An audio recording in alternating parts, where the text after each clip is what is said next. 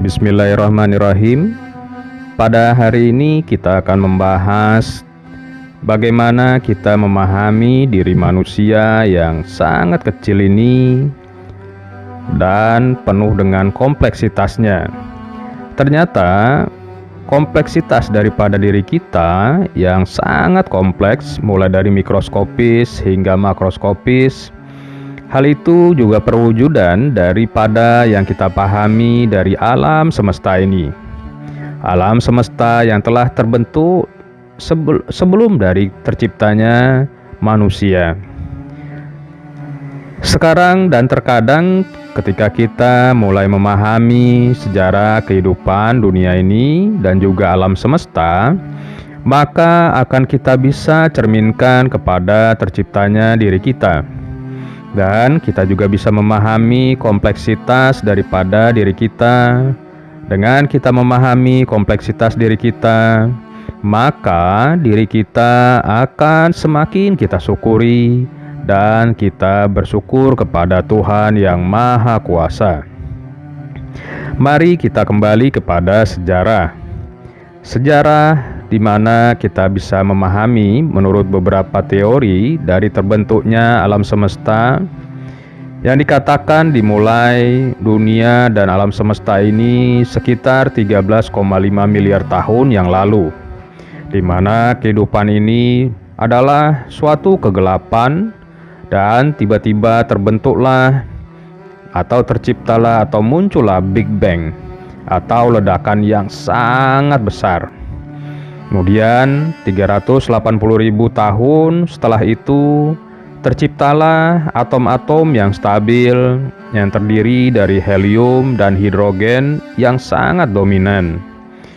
Kemudian helium dan hidrogen ini memicu terbentuknya ledakan yang kedua sehingga menciptakan bintang-bintang, galaksi, dan segala macamnya. Kemudian setelah 4,5 miliar tahun yang lampau, terbentuklah galaksi, baik Bima Sakti dan lain-lainnya pada alam semesta ini. Itulah catatan sejarah dari kehidupan manusia dan juga alam semestanya.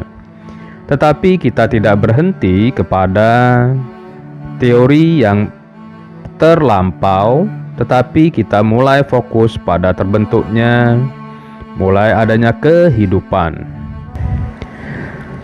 Menurut catatan daripada dunia ilmu pengetahuan, dicatatkan adanya terbentuk tumbuh-tumbuhan yaitu pada 800 juta tahun yang lampau, dan juga adanya tercatat mulai adanya hewan pada 800 juta tahun yang lampau. Dan bisa dicatat juga bahwa human atau manusia yaitu pada 200.000 tahun yang lampau sudah mulai tercatat di dalam bumi ini. Ketika Tuhan menciptakan manusia, manusia diberikan akal terutama pada bagian prefrontal cortex. Ketika dia memiliki akal ataupun pikiran, manusia mulai berpikir untuk melakukan migrasi, baik ke Afrika, Siberia, Amerika, dan lain-lainnya. Di situ manusia mulai melakukan beberapa proses daripada belajar. Dicatat di dalam ilmu pengetahuan, manusia sudah mulai mempelajari pertanian pada 10.000 tahun yang lampau. Kemudian bentuk-bentuk komunikasi sudah mulai terbentuk sekitar 500 tahun yang lalu untuk komunikasi yang sangat efektif. Kemudian manusia juga pada 200 tahun yang lampau sudah mempergunakan fosil sebagai sumber energinya. Di sini kita memahami manusia mulai mempergunakan akal dan mewarnai dari kehidupan dunia yang sangat monoton. Dengan adanya akal yang diberikan Tuhan kepada manusia, sehingga akal tersebut membuat manusia menjadi berpikir dan mewarnai dan mendominasi kehidupan dunia ini.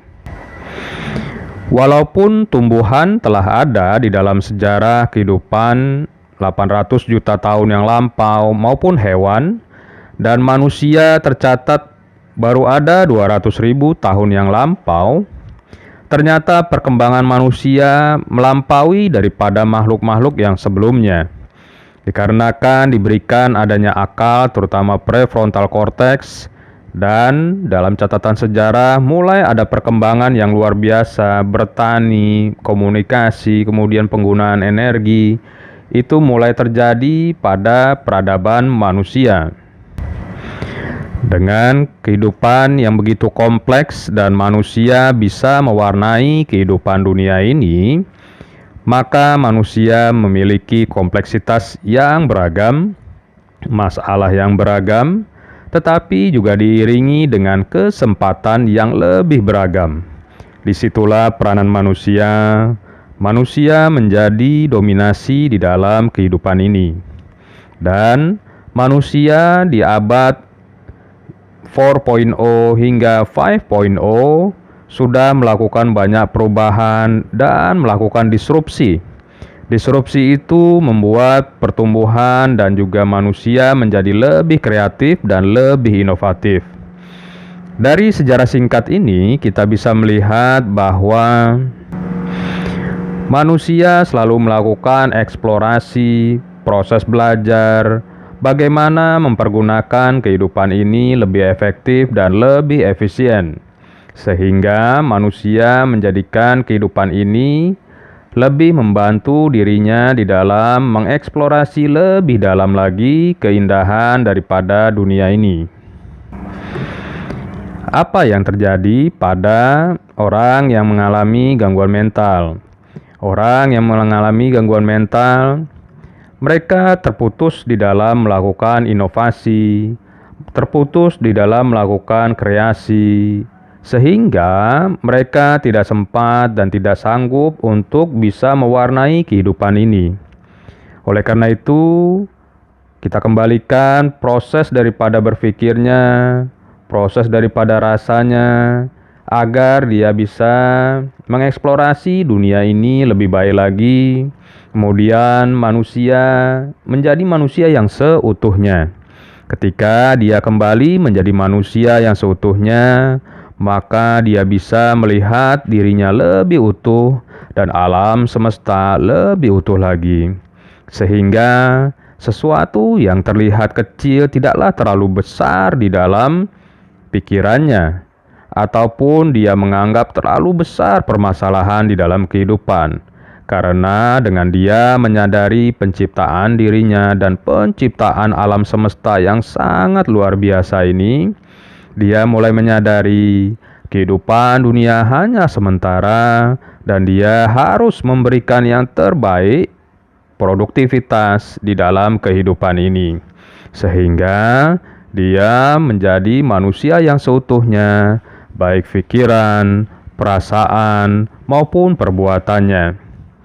Mungkin pada hari ini, evaluasi kita tentang diri kita dan juga alam semesta bisa menjadikan diri kita lebih berpikir, lebih fokus lagi pada alam semesta yang lebih luas lagi.